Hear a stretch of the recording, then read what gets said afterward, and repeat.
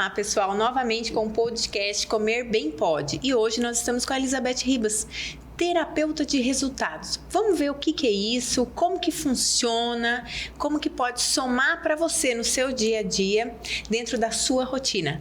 Muito obrigada, Elizabeth, por você estar aqui. Eu queria que você se apresentasse e falasse o que é um terapeuta de resultados. Sim. Olá. Em primeiro lugar, eu quero agradecer você, Paulo, pelo convite. É importantíssimo esses assuntos virem, né, a público, serem tratados. O terapeuta de resultados é exatamente o que o nome diz.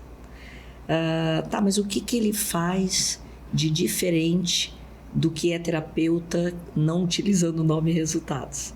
Se você chega ao consultório, a primeira pergunta que eu te faço é: Paula, o que é que te traz aqui hoje?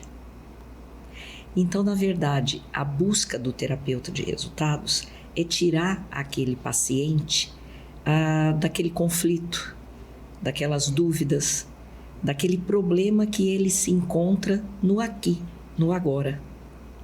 Então, a princípio, a gente não fica preocupado em lidar com outras dores desse paciente, a não ser aquilo que ele traz num primeiro momento. Só que dentro também da terapia de resultados, eu atendo a questão de pacientes com TEA, transtorno do espectro autista. E também a terapia de resultados, ela traz uma resposta mais rápida. Porque o TEA, ele precisa sim, né, de um atendimento multifuncional, de integração, de vários profissionais envolvidos. Precisa conseguir que quanto mais suporte para um melhor resultado de vivência social, que é extremamente difícil, né? Muito difícil. Como que é o trabalho do terapeuta de resultados dentro do TEA? Eu sou especialista em aplicação da ciência ABA. Uhum. Então, na verdade, isso me ajuda muito. Por quê? Ao mesmo tempo que eu estou aplicando a ciência ABA, que nada mais é do que uma aplicação e uma análise de comportamento, eu já faço a questão terapêutica, não só com esse paciente TEA, mas com a família. Porque a grande preocupação também de tratar um TEA é o entorno. E o que a gente chama de entorno? Não somente a família, as questões sociais, o ambiente social, os vínculos sociais deles são importantíssimos. Por exemplo, a escola. As mães atípicas, elas têm muita dificuldade quando essa criança vai para a escola, porque aí começa a ter que ter aquela interação. E é nesse momento que quem tem o transtorno já recua. Né? Isso lógico, depende do nível, né, que a gente está falando, mas também independente se ele é nível 1, nível 2, nível 3, ele vai ter dificuldades, menos ou mais, e a família nessa interação. Sofre. A família, quem está presente naquela rotina, entra num processo de sofrimento. E dentro da terapia de resultados, a gente consegue somar e ajudar todos eles. Com certeza. Que bom. E quando a gente, puxando um pouquinho aqui para o podcast Comer Bem Pode, como que o profissional nutricionista e o terapeuta de resultados podem interagir para somar para os resultados a gente conseguir? Então, Paulo, como eu falei no início, né? É um trabalho multifuncional, um trabalho totalmente integrativo. Então, veja bem, uma das queixas maiores que a mãe atípica tem é a questão alimentar da criança. Verdade. Porque há uma seletividade alimentar muito grande.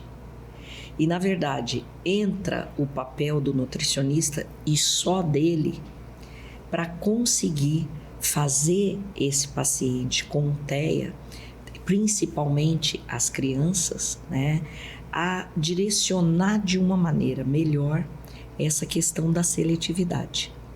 Só que quando a gente fala da criança com o transtorno do espectro autista, a gente está falando de uma seletividade alimentar que no começo não tem negociação. E é aí que o terapeuta de resultados, é aí que a ciência ABA entra. Na verdade, para unir o trabalho do nutricionista com o terapeuta de resultados, é um trabalho conjunto onde o nutricionista está preocupado com as questões de nutrientes, as questões de desenvolvimento total desta criança, né? E você tem que dar ali um suporte alimentar para que ele realmente consiga comer de uma maneira que ele vai estar se nutrindo, né? E de uma maneira até, eu diria, mais confortável, para que essa mãe possa o quê? Fazer aquele lanchinho que ele vai levar para a escola. Porque por mais que ele esteja numa escola que vá ter esse olhar para todo esse atendimento, é difícil para a criança que tem o transtorno, ela se alimentar daquilo que tem, vamos dizer, ali à disposição. E a gente tem bastante dificuldade hoje no ambiente escolar. Com certeza. Mesmo no sistema público, porque o alimento é oferecido pelo sistema igualmente para todos. Nem sempre o TEA se enquadra naquele sistema. Na rede particular, onde você manda, mas aí ele tem toda aquela visualização daqueles outros lanches, não somente do TEA das outras crianças. E aí ele muitas vezes ele fala, nossa, eu estou diferente. Porque Exato. Não é porque eu tenho TEA que também não tem um entendimento. Se ele está na relação de convívio. Porque ele olha ali, né, aquelas lancheiras, aqueles lanchinhos preparados, né? E ele vai, óbvio, observar que o dele, não digo em discrepância, mas que o dele está bem diferente da maioria. Quando eu falei sobre essa interação do terapeuta com a nutricionista, porque a nutricionista vem com essa preocupação, né, de diminuir essa seletividade do autista, mas ela tem que introduzir alimentos.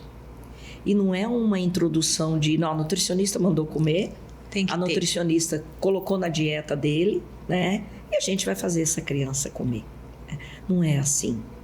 Na verdade, dentro da ciência ABA, da análise comportamental e de como você vai ajudar na nutrição para oferecer esse alimento, é uma repetição de comportamento. Porque se eu trabalho junto com você, né? E a nutricionista coloca lá na dieta determinado alimento, a mãe vai estar oferecendo. Hoje ele não aceita aquele alimento específico, mas você não deve desistir. Nem a nutricionista e nem a mãe, que é aquela que tem o contato direto e que é aquela que vai preparar aquele lanchinho para ele poder ir para a escola. E tem uma outra questão também, e que eu sei que você se preocupa, assim como todas as nutricionistas, né? Quando esse paciente vai para o âmbito social, ele tem uma festinha. Nossa, é difícil. Aí, muito você difícil. Entende muito bem isso. É muito complicado. Assim, para criança típica, é extremamente delicado. Sim. Para atípica, muito. As mães ficam doidas. E assim, às vezes você... Assim, eu, Paula, dou janta para os meus filhos antes de ir para todas as festas. Dou janta, pronto. Porque minimiza muito o estrago. Com certeza. Então, assim, às vezes, no começo meu marido falava assim, não, mas vai... E na festa, assim, Paulo, vamos dar janta ou dar o lanche antes de ir. Por quê? Dependendo da fase, não come. Dependendo da fase, dependendo... Não, então... Você quase que tem que dizer assim, olha, não mexe aqui que dessa parte eu entendo. Mas é bem complicado, é bem complicado. E pros atípicos, muitas vezes vai só para fritura e a mãe fica doida ali. E aí que eu falo que esse trabalho conjunto, ele é muito interessante, porque se a mãe está com a nutricionista e a mãe está com a terapeuta de resultados, óbvio, esse convite da festinha, ele veio com antecipação. Então você tem aquela semana que antecede para preparar essa criança. Porque o que diferencia o típico do atípico? Tá? O que a gente chama de típico ok, ele vai lá na festa, ele vai para a escola, querendo ou não, ele vai acabar se enquadrando, né? Ele vai acabar beliscando ali o do coleguinha, oferecendo o dele pro coleguinha, mas o atípico não. Primeiro que ele tem aquela conduta de que aquilo é dele, né? Foi feito para ele e é daquilo que ele se alimenta. Então, ele tem que ser preparado. Essa questão comportamental junto com o nutricionista é muito importante. Embora eu trate de TEA, né? Quem entende do que é nutriente, do que não é nutriente, do que vai ser eficaz ou não, é o nutricionista. Então, eu tenho que baixar a cabeça para o nutricionista, mas eu tenho que, junto com o nutricionista, lidar com o comportamento de repetição. O que eu chamo de comportamento de repetição? Ele não quer aquele alimento que foi colocado na dieta. Eu ou a própria mãe, a gente liga para a nutricionista, olha, Nutri, você pode substituir? Vamos fazer as trocas. Vamos fazer as trocas, né? Porque ele não está aceitando muito bem. Isso deixa a criança, falando em criança, né? Deixa a criança desconfortável, estressada. Ou seja, ele já vai para um ambiente que estressa, porque não é um ambiente de convívio que ele está acostumado. E ainda vai ver uma questão alimentar que o vai surpreender e ele não tem outra opção. Isso que você falou em relação a seus filhos, eu acho extremamente interessante. São crianças típicas. São. E, no entanto, você já tem essa visão, né? Essa questão do comportamento de... Não, por que eu vou deixar meus filhos se entupirem de gordura, de frituras? Ah, não, tudo que é festinha tem isso. Sim, tem. Se você oferece lá um cachorro-quente, uma pipoca, sim, já tá com tudo isso. E óbvio, pode, Nutri, pode. Não existe não poder, né? Existe qual é a quantidade, né? Exato. E aí a criança vai jantar só cachorro-quente? Não. Daí que a gente tem que ir dialogando e conversando para que não seja sanado a fome em cima desses alimentos, né? E sim a complementação ali de um prazer de convivência social. Como que hoje, dentro do sistema ABA, ele pode favorecer essas relações comportamentais alimentares? Então, na verdade, quando a gente aplica o ABA, é uma análise de comportamento e uma repetição desses comportamentos.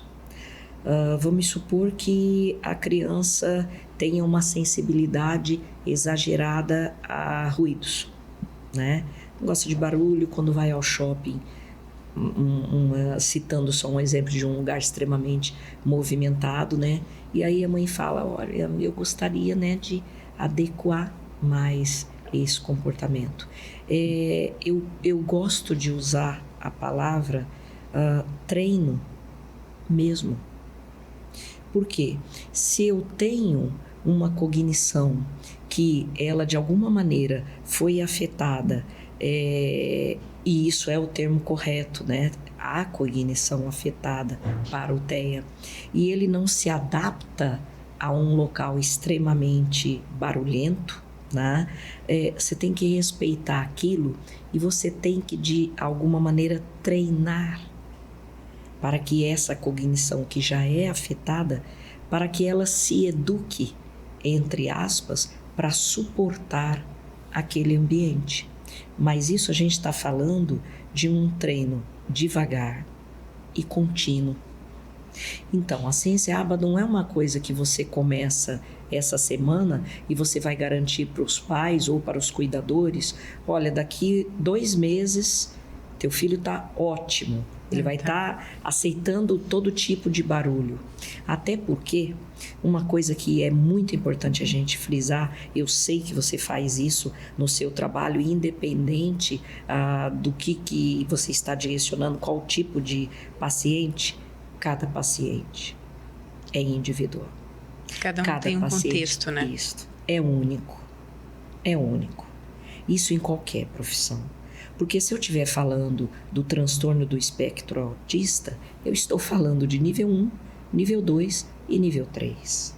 E mais as associações possíveis. Exatamente.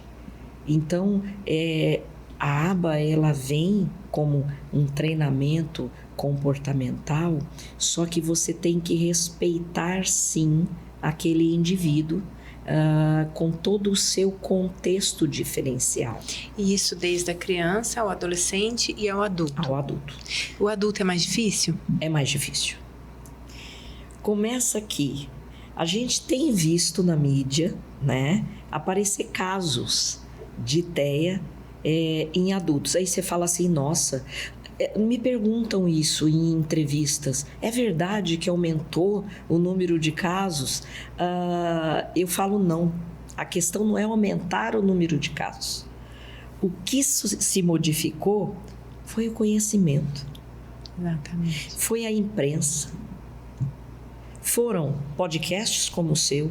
Foram entrevistas multifuncionais com N profissionais de várias áreas. E as pessoas começaram a se auto-perceber. Peraí, eu assisti uma entrevista tal, ouvi um depoimento e estou me percebendo que eu faço isso. Então, os adultos, eles passaram a se perceber. Às vezes você está numa roda de amigos e você sai no final de semana e por mais que a gente não queira, às vezes tem um amigo ali, um colega que você fica observando, não, mas peraí, né? Os hábitos alimentares dele. Eu tive um contexto assim desse negócio de festa. Eu fui convidada para uma festa e eu trato o filho da pessoa e trato uns 3, 4 colegas. De repente ela virou pra mim e falou assim, você vai na festa? Eu falei, vou, não sei o quê. Mas assim, ninguém fica ligando pra você 3 vezes no dia antes pra ir, né? Paulo, tô te esperando na festa. A hora que eu cheguei com meu marido, ele ainda virou pra mim e falou assim, alguma coisa tem. Paulo, você vai sentar bem aqui, ó. Eu falei assim, tá bom, ok. Não, eu falei assim, por que você quer que eu sente aqui? Não, Paulo, você vai ficar sentado aqui. Aí colocou eu, beleza. Porque eu ia sentar com as outras pessoas lá do outro lado. Era uma festa com atendimento. Aí eu falei assim, não, beleza. A hora que eu vi, eu falei assim, tá. Era o irmão da pessoa. Eu falei assim, daí, clássico. Clássico. E o meu esposo virou pra mim e falou assim, alguma coisa tem isso daí. Eu falei assim, não, Paulo, fica tranquilo, vamos tranquilo. Depois ela falou, vem cá. Eu falei assim, o que houve? Ela falou, não, porque você precisa de conversar com meu irmão pra ele poder ir acompanhar, fazer tratamento. Eu falei assim... Menino, não funciona bem assim. Não é assim, eu tô numa festa. Olha que interessante, Paulo. É por isso que eu falo dessa integração de profissionais. Ela recorreu, porque o mais óbvio, né, seria ela recorrer a um terapeuta, isso, a um psicólogo. Olha, eu tô achando que meu irmão não tá muito bem, né? Você quer conversar com ele? Não, mas ela recorreu a uma nutricionista. Porque provavelmente ela já tinha feito observações, né, dessas questões alimentares do próprio irmão, onde ela pensou assim, tem alguma coisa diferente. E óbvio, a família, né, que está no dia a dia, é a família que está no contexto. Quando eu falei a respeito, né, de que muitos adultos, né, estão procurando, às vezes eu atendo o telefonema e o adulto fala assim, olha, eu queria ver se você atende adulto, porque eu tô desconfiado que eu sou TEA e eu queria saber se dá para fazer teste. Claro que sim. Legal. Claro que sim. Óbvio que se hoje a gente pode identificar o transtorno do espectro autista a partir dos 6 meses de idade. Muito legal. Que é bárbaro para qualquer um dos níveis. Esse diagnóstico bem cedo e tratamento, com todas as intervenções que a gente tem à disposição hoje, que as mães, os pais e os cuidadores têm à disposição hoje, N intervenções, N profissionais que podem se envolver nesse tratamento. Eu fico pensando assim, o adulto, quanto tempo ele já perdeu? entende? Mas também... E para ele saber, né? Isto. E buscar. Mas veja bem, também por outro lado, ok, ele perdeu todo esse tempo, né? Até chegar à idade adulta. Mas ele se virou. Se adaptou, Ele se adaptou. Então eu falo, quando uma mãe pergunta, a mãe de uma criança atípica, ela pergunta assim para mim, mas vai dar resultado? Né? Eu uso o termo adaptação. Porque se um adulto TEA se descobre TEA já só na idade adulta e ele não teve ninguém para entrar com intervenções com ele específicas, né? Ele teve que ir se adaptando. Ele teve que ir mudando condutas, experimentando comportamentos que eram novos até para ele mesmo e conseguiu viver até ali. Muito legal. Agora, é muito, muito libertador. O diagnóstico, eu falo que é libertador. Porque você se entende, né? Exato. E aí você começa a falar, não, isso então eu posso fazer tal coisa, eu posso... Com certeza. E recorrer à ajuda é a melhor coisa. E para aquela busca, né? Aquela história de dar tiro pro lado errado, né? E você fala, gente, eu busquei tanto aqui e ali, talvez se tivesse direcionado, né? A busca com 2, 3 profissionais, né? A resposta viria mais rápida, né? E buscar quem? Você tem, no caso do TEA, você tem que ter o auxílio do psiquiatra, você tem que ter o auxílio do psicólogo, do psicopedagogo, da fono. É uma equipe toda, né? É uma equipe toda que tem que estar se conversando, né? Hoje a gente tem alguns grupos que eu participo aí, tá todo mundo em prol de melhorar aquele indivíduo. Sim. Isso eu acho muito, muito legal. Uma dica para as mães atípicas conseguirem desenvolver mais a compreensão ao longo desse processo. Porque existe a negação também. Com certeza. Como que podemos somar essa... Então, quando as mães já vão para os tratamentos e as intervenções, na verdade elas já saíram da negação. A negação ela vem muito forte no momento do diagnóstico. Aí tem aquela relutância, né? Não, mas isso aqui pode estar errado, não, isso aqui não, não, eu vou procurar outros profissionais, né? Vou fazer outras tentativas. Elas querem que aquele diagnóstico suma, né? E que apareça um outro. É como se dissesse assim, eu aceito qualquer outro diagnóstico, mas não esse. Mas sobre o que nós estamos falando? Nós estamos falando sobre um transtorno, sobre um espectro, né?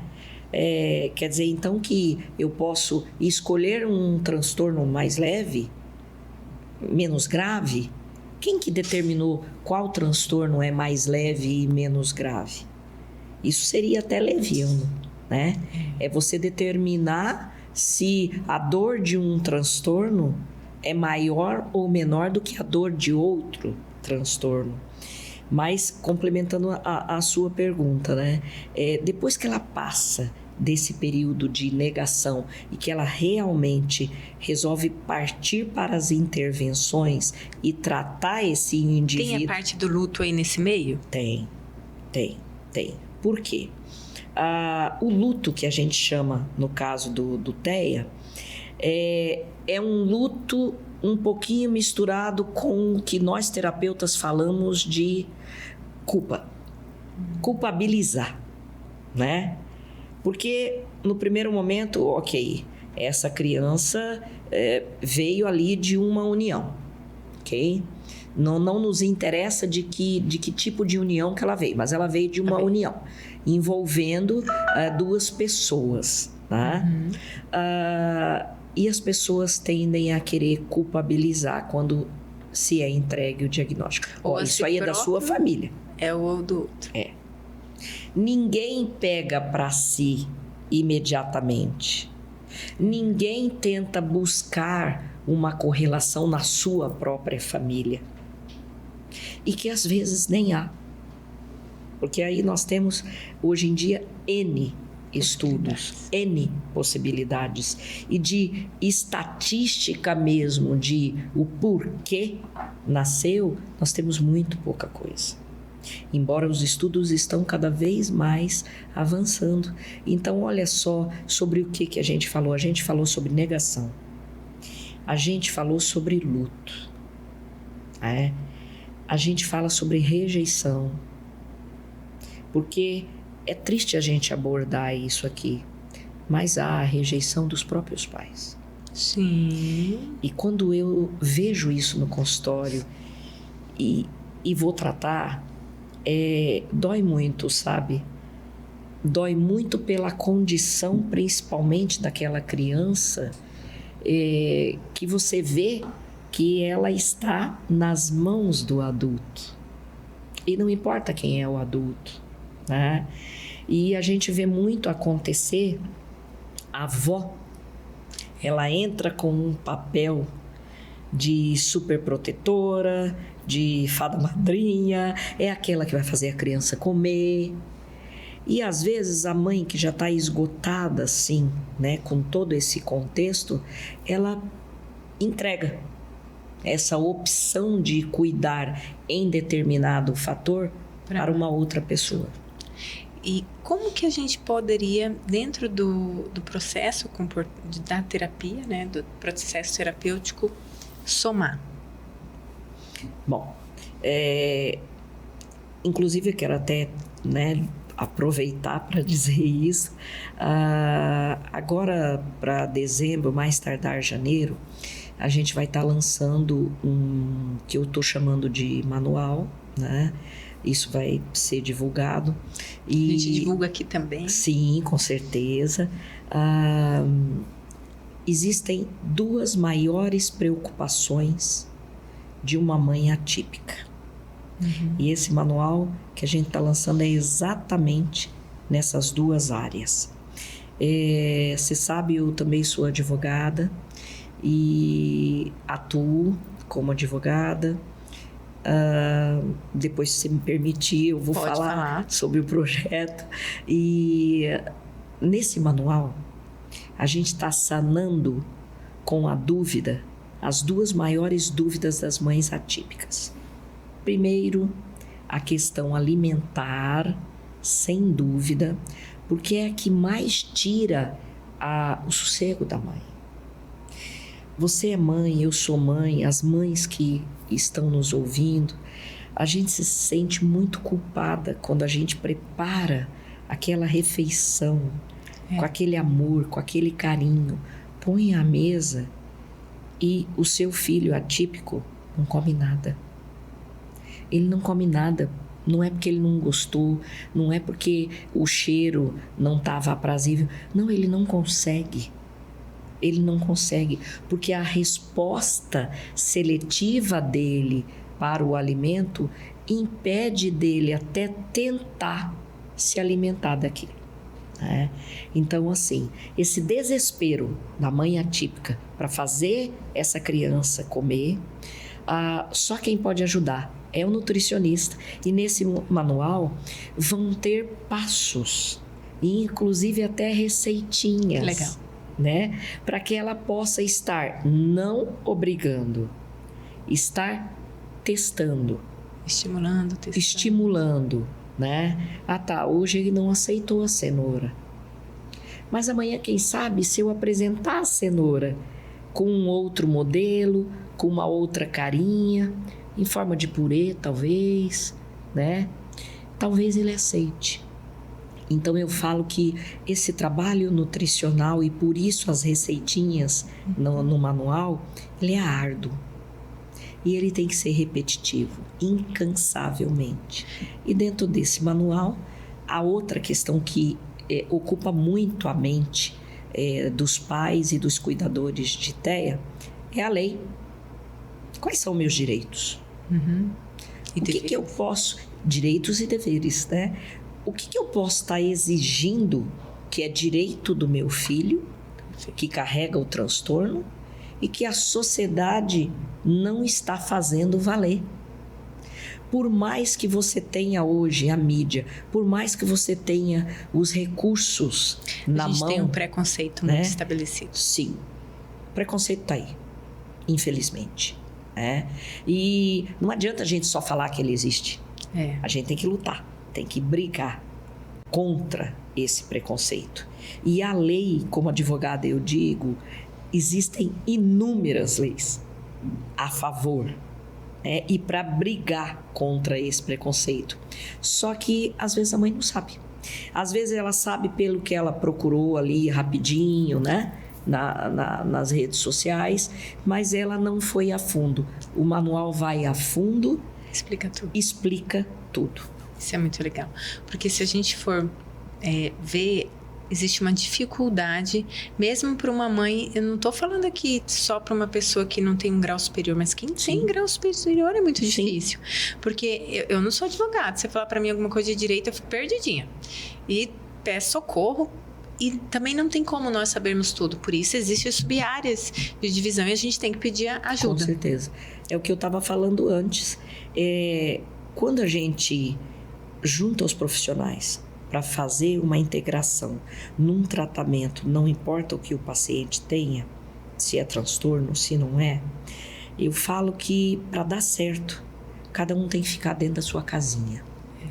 Eu não me meto no trabalho nutricional quando eu estou tratando TEA, porque o que eu entendo de proteína? O que eu entendo de quebra de enzima daqui, de nutriente? Eu não estudei para isso. Entende? Ok, a gente acaba sabendo coisas, se inteirando pelo próprio trabalho. Que é uma questão interdisciplinar, não tem como você não saber. E você vê a evolução do paciente. Muito. Assim como você também acaba sabendo outros quesitos em relação a esse tema, porque você está ali junto com outros profissionais. Verdade. Quando você fala dentro até mesmo do manual que vai sair, obrigar a criança nem sempre funciona. Mas as estratégias dessas modificações, elas são treinadas em consultório. Como que é a frequência? É todo dia? É uma vez por semana? Como funciona isso? Nós não podemos esquecer que o transtorno do espectro autista, ele traz para a pessoa que o tem, ele traz um desconforto de ambiente. Tanto é que a própria aplicação do ABA, existe a naturalista. A naturalista é exatamente o profissional. Então, se uma mãe me procura, uma mãe atípica me procura e fala: olha, Elizabeth, eu quero que você faça o atendimento ABA naturalista para o meu filho. O que isso significa?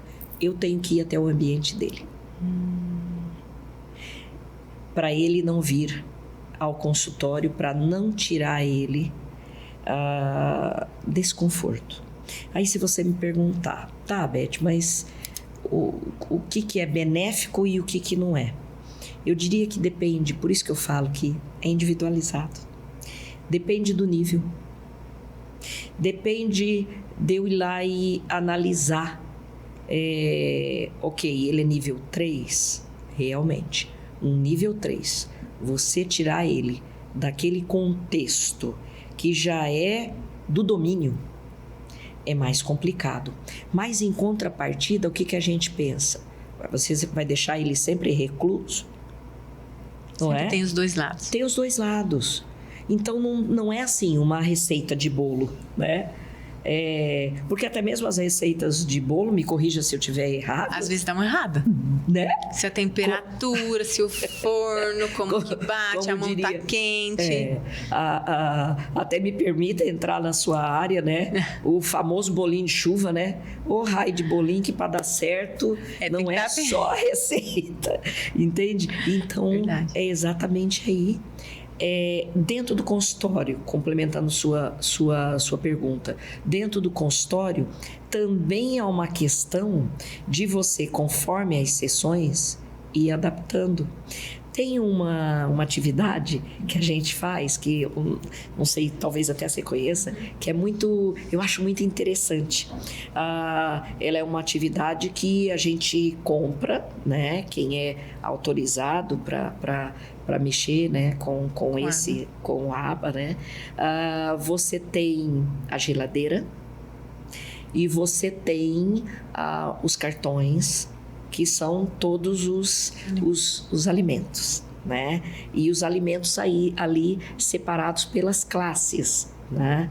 E você vai conduzindo ele num treinamento comportamental, onde ele mesmo vai se familiarizando e ele vai montando a própria geladeirinha dele.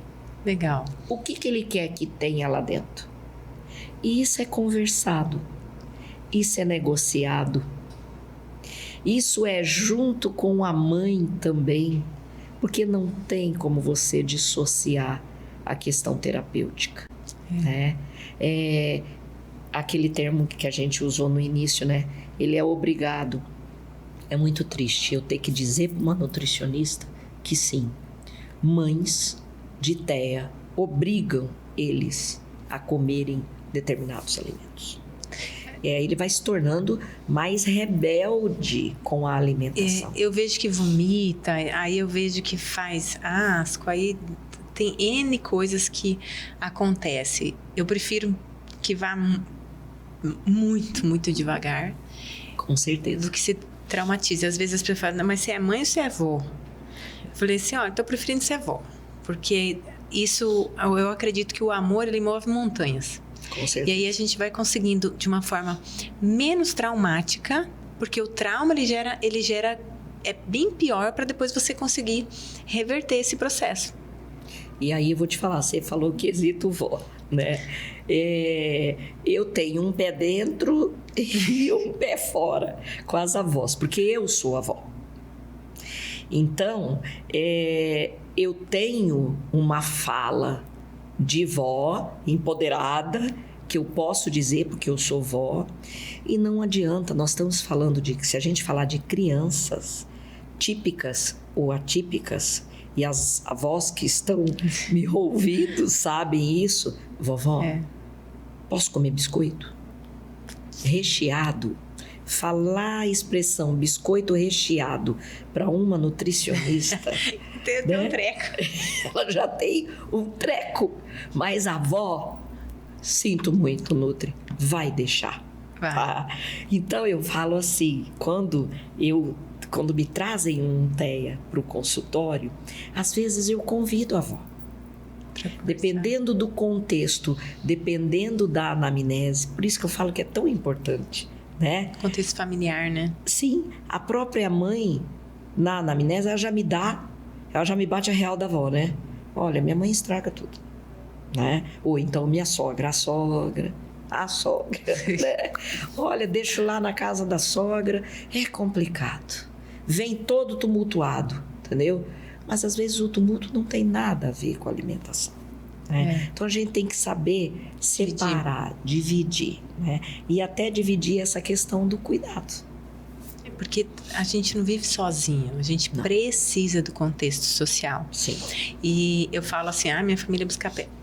Toda família tem muito semelhante a alguns contextos, mas de pessoas diferentes que são esse contexto, mas a sociedade ela é uma só. Sim. E aí a gente precisa estar cada vez mais entendendo o que o outro está fazendo, em todos os quesitos, não somente dentro dos transtornos hoje, porque a vivência em sociedade não é tão simples. Não, até porque quando você fala em sociedade, né, você vai estar somando comportamentos. A gente, às vezes, quando eu faço aquela pergunta que eu falei no início, né, para o paciente, né, o que te traz aqui hoje? Eu já fui surpreendida com respostas que, na verdade, depois que, né, eu faço toda aquela primeira sessão, eu fico pensando assim, gente, o problema não está com essa pessoa, não. O problema está em ela achar que o problema está com ela Mas, na verdade, esse entorno dela está doente. Legal.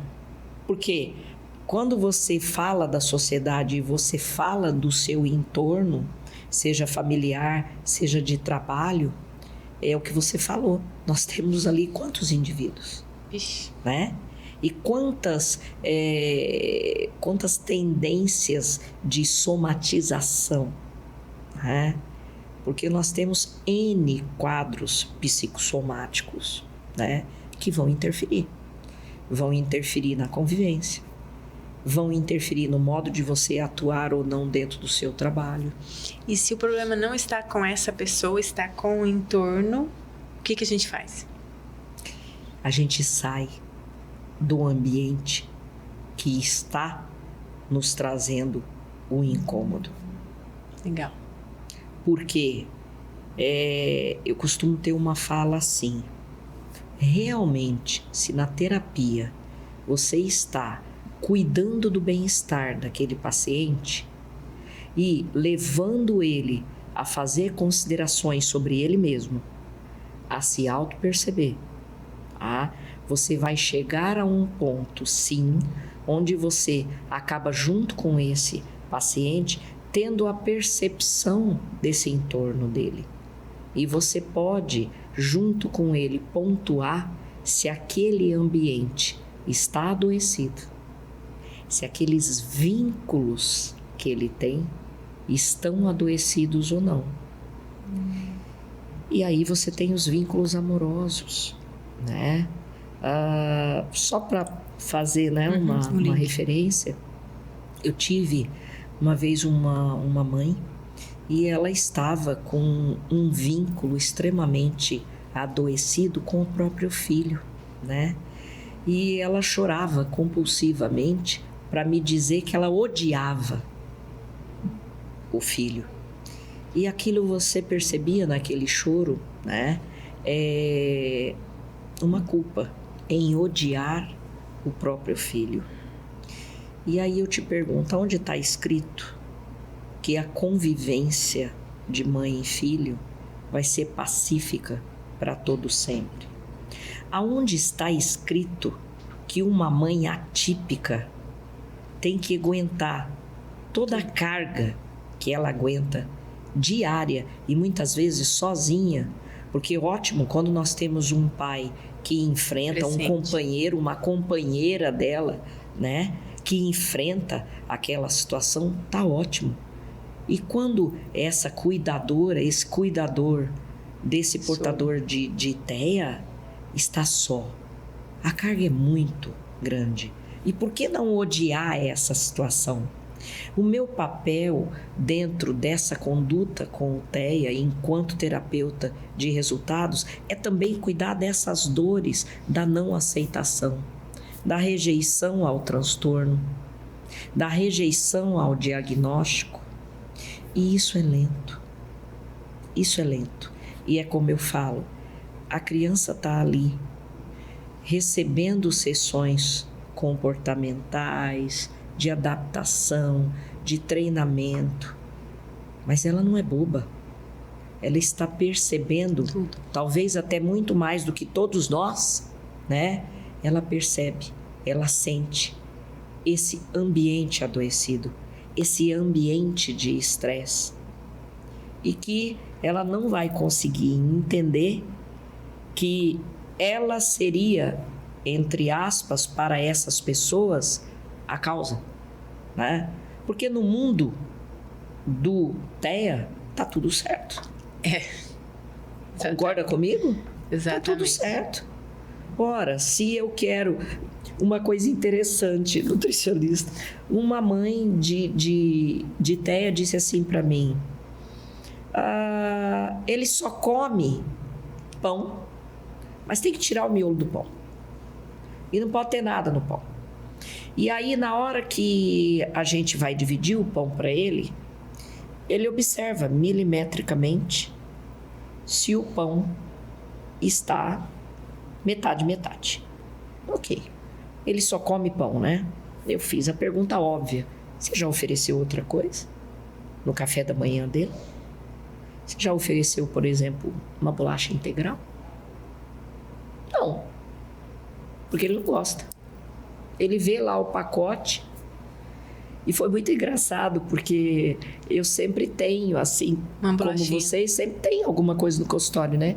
Eu olhei para a mãe e falei, você permite oferecer uma bolachinha integral para o seu filho? Aí ela falou, claro que sim. Aí eu peguei, ofereci a idade de 3 anos. Eu ofereci, ele balançou a cabecinha, falou que ele não queria. Aí eu abri o pacote de bolacha, aqueles pacotinhos individuais, né? Eu abri e comecei a comer na frente dele. Aí eu virei para a mãe, né? E falei, né? Vou usar o seu nome. Eu falei, que é, Paula? Tá gostoso. A Paula falou, eu quero, né? Peguei outro pacotinho, entreguei e a gente ficou ali comendo e ele foi vindo, parou ao meu lado, olhando eu comer a bolacha. E foi muito interessante. Ele falou, dá. A bolacha? Fez assim. Mas você não quer. Eu fiz de propósito. Entendeu? Por que eu tenho também que já entregar para ele naquele primeiro momento? Tá? E a conduta... Eu já daria. Eu sei. Quer comer, come. Não, por quê? Porque eu estava já pensando... Tá vendo? A diferença de pensamento de uma nutricionista para uma terapeuta de resultado, para uma pessoa que está aplicando que é treinada, né? Eu tenho que treinar aquele comportamento. Então, ele tem que entender que se ele recusar de primeiro momento, não vai ser tão fácil assim para num segundo momento já aceitar. E aí eu falei, não, você não queria. Dá. Ele falou comigo. Peguei outro pacotinho, entreguei e ele não conseguia abrir. Me ofereci para abrir. Não. Aí ele foi abrir raivoso, esparramou tudo no chão. Aí a mãe pega e fala para mim, vai surtar. E eu já fiz assim, né? Calma, pera. Peguei o outro, ele aceitou que eu abrisse. Legal. Não toquei na bolacha, entreguei, ele comeu a bolacha toda. Saiu maravilhada com a sessão. Eu pergunto, eu fiz milagre, nutricionista? Não. Uma técnica. Eu só ofereci. Mas técnica. E aí a mãe passou a oferecer as questões alimentares, tudo que ela imaginava, só que daí ela perdeu a mão, né? Ela perdeu a régua, né? Por isso que eu falo. E aí foi quando eu disse para ela, não, você vai ter que entrar com uma intervenção alimentar de nutricionista, porque essa criança tem que começar a ter regras para comer. E é importantíssimo. É muito interessante, porque dentro do processo terapêutico ocorre a integração de toda a família. Com certeza. Nossa, daí tem que chamar a avó, tem que chamar pai, os 4 avós, se estiverem, o cuidador. O que eu vejo muitas vezes, o cuidador se dedica. E às vezes o ente familiar solta. Estraga. Não tem outro termo. Tá ali uma pessoa, né, integrada nessa relação de comportamentos e de treinamentos. Aí chega a dita avó ou a dita sogra e fala assim, não, né? Mais ou menos como se dissesse, né? Eu tenho autoridade. E vamos combinar, gente, ninguém tem autoridade nenhuma em nada. Eu sou mera aprendiz no que eu faço.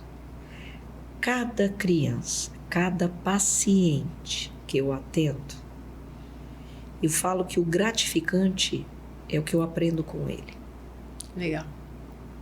Isso é gratificante. Porque soma muito com a gente, né? Muito. Quer ser um profissional de sucesso? Em qualquer vertente, aprenda. A gente aprende porque são vivências, são histórias de famílias totalmente diferentes. São. Quando eu atendo, principalmente domiciliar, primeiro é 1 hora de conversa, depois começa a consulta. Sim. Aí você vai vendo assim, principalmente se é mais velho, primeiro você fica sabendo as novidades, aí depois você vai para a efetivação da consulta. É muito, muito interessante. E quem vê, às vezes, a gente tendo 1 hora de conversa, né? Até pensa assim, né? Para justificar o que está cobrando. Né?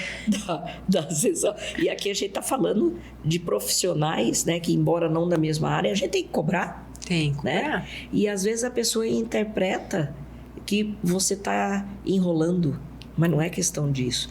Me recordo que eu atendi uma mãe de TEA e que ela tinha acabado de receber o diagnóstico. Então, ela estava naquele processo ainda de rejeição do diagnóstico, da não aceitação, da revolta, da culpabilidade, quem é o culpado nessa história. Então, é um processo que você tem que sentir também a dor daquela mãe, porque é uma dor.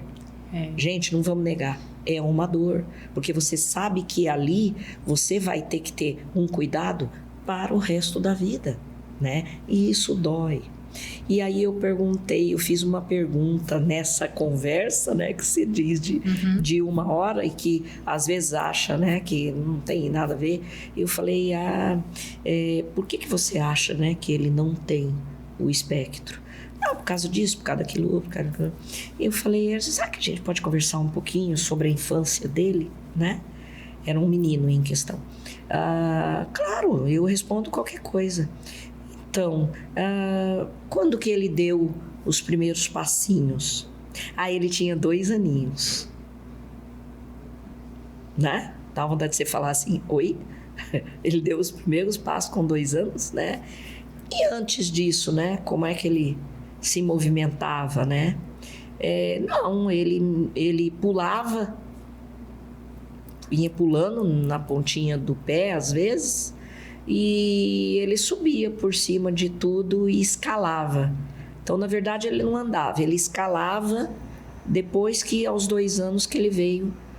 Então, você quer dizer que é uma conversa à toa isso? Olha quantos indicativos essa conversa já me demonstra. Deu de uma infância que já estava falando para essa mãe, né?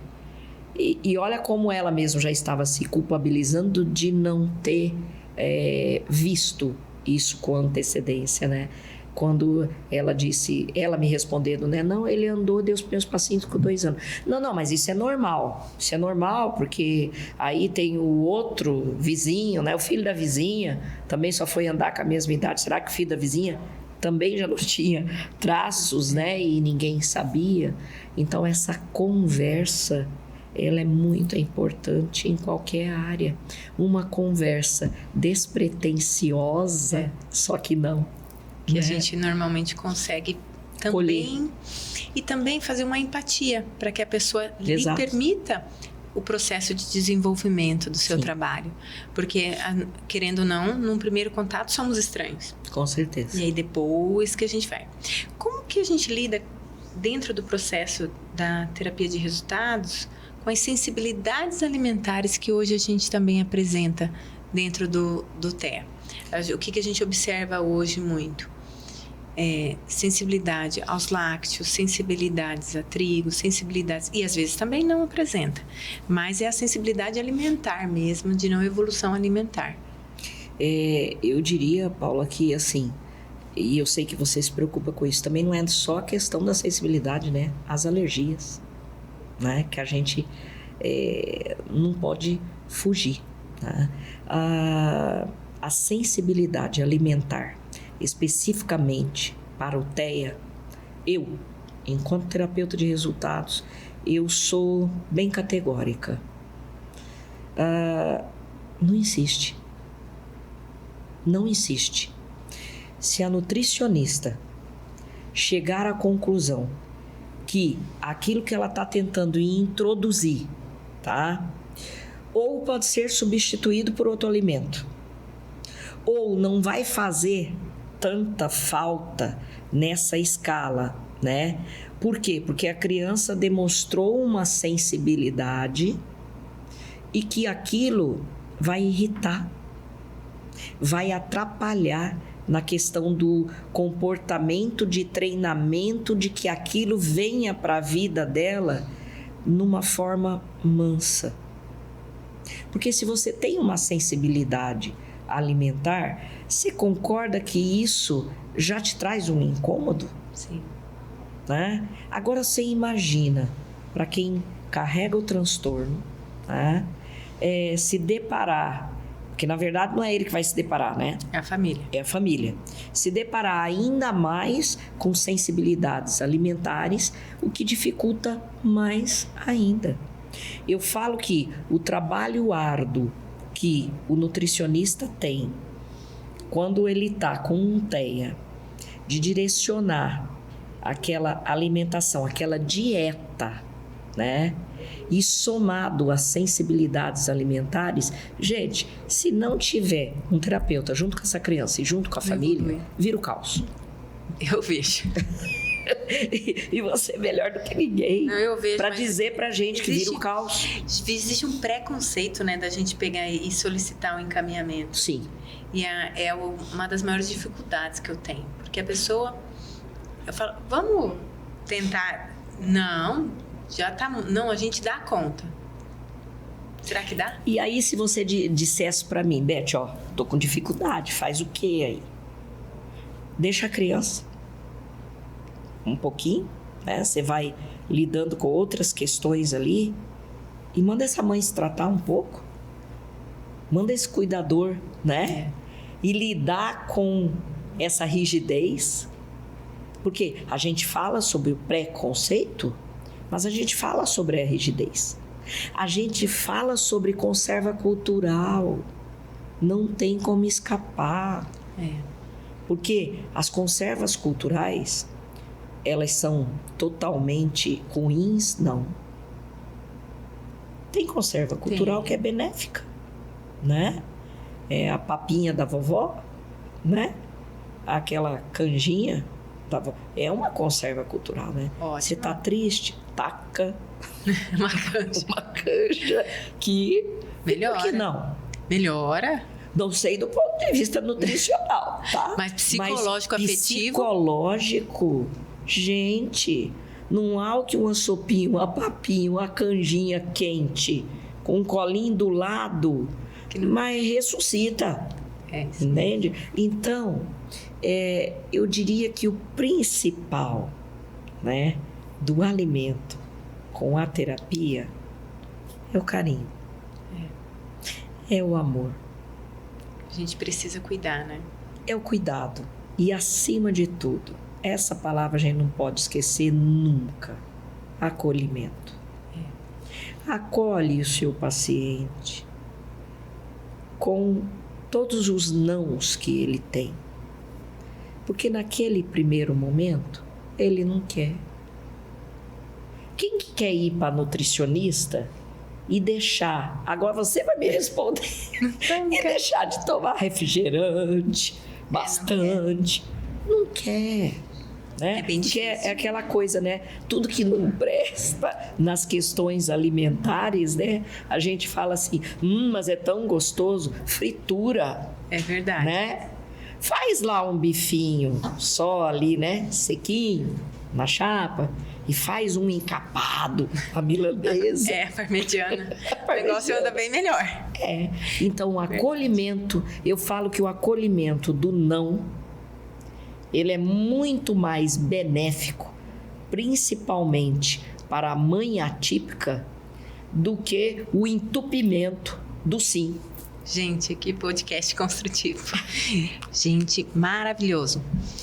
Elizabeth, me diz uma coisa. O que você poderia deixar para quem está nos escutando de somatória para que, se essa pessoa esteja em todo esse envolvimento, ela consiga reagir um pouco? Você está me dizendo do âmbito do paciente ou do âmbito de família?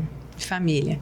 Se essa família todo nesse envolto, né? Porque o adulto espectro, quando ele descobre, ele já fica desesperado para resultados, né? Agora, essa família que não sabe se vai para a direita, se vai para a esquerda. Bom, sem dúvida alguma, o impacto, tá, do diagnóstico, o impacto do tratamento, independente do transtorno que a gente estiver falando, independente No caso do TEA, se é nível 1, nível 2, nível 3, ele vai ocorrer. Ele vai acontecer. Então, a melhor maneira de direcionar esse conflito familiar, em primeiro lugar, a gente só acredita num tratamento, não importa qual seja, mas principalmente no nutricional, quando ele dá resultados. Entende? Então, conversar com esta família, não importa quais os profissionais envolvidos, e dizer a esta família: olha, leva tempo, não muito tempo, porque os primeiros resultados vocês já vão perceber com 2 meses, 3 meses. Agora, resultado de horas? Não acontece. Só analgésico e olhe lá. Os médicos que me perdoem, mas só analgésico e olhe lá. Porque se a sua dor de cabeça, né, tiver outros contextos, nem o analgésico. Porque a dor de cabeça, inclusive, tem contexto do trato alimentar. Verdade. E às vezes o analgésico não funciona. Olha, eu entrando na vida da nutricionista. Mas me diz uma coisa, quem quer saber de você, quem quer te achar, como é que te acha? Então, eu inclusive falei, né, que você permitisse, que eu falei que eu atuo como advogada, né? Isso. Fica meio manda um tantinho. Eu tenho um projeto chamado Projeto Renovare, que está no Instagram com esse nome, tá? Tem um símbolo lá de um grande girassol. A gente coloca aqui no YouTube depois, Projeto Renovare. Projeto Renovare é um projeto que eu atendo mulheres que sofrem todo tipo de abuso, sofrem violência doméstica, e esse atendimento é feito por uma equipe que consta de advogados e psicólogos e terapeutas. Por quê? A gente atende desde a levar essa mulher a registrar o boletim de ocorrência, a gente monta todo o processo até colocar a tornozeleira eletrônica, pedir as medidas cabíveis, medida protetiva, entrar com a Lei Maria da Penha. Mas aí o projeto se preocupa com a seguinte questão: quando essa mulher nos procura no projeto, às vezes, e muitas das vezes ela chega até sangrando porque ela acabou de ser agredida, né? Ela não quer saber da lei, ela não quer saber naquele momento de mandar um camburão ir lá, né? Porque às vezes a gente pensa ilusoriamente que é fácil, não chama o camburão, manda lá, não é assim que funciona, não é nada assim que funciona, né? Ela quer só um colo. Ela quer ser acolhida. Então, a gente faz uma primeira triagem no projeto para ver para quem a gente manda primeiro. Já tem a outra que chega e fala assim: eu quero ver esse desgraçado na cadeia. Então, aí ela está preparada. Aí entra as questões de dependência emocional, de não sair daquele abuso. Agora, do âmbito do TEA, dos atendimentos em consultório, também no Instagram, ElisabethRibas.analistacorp.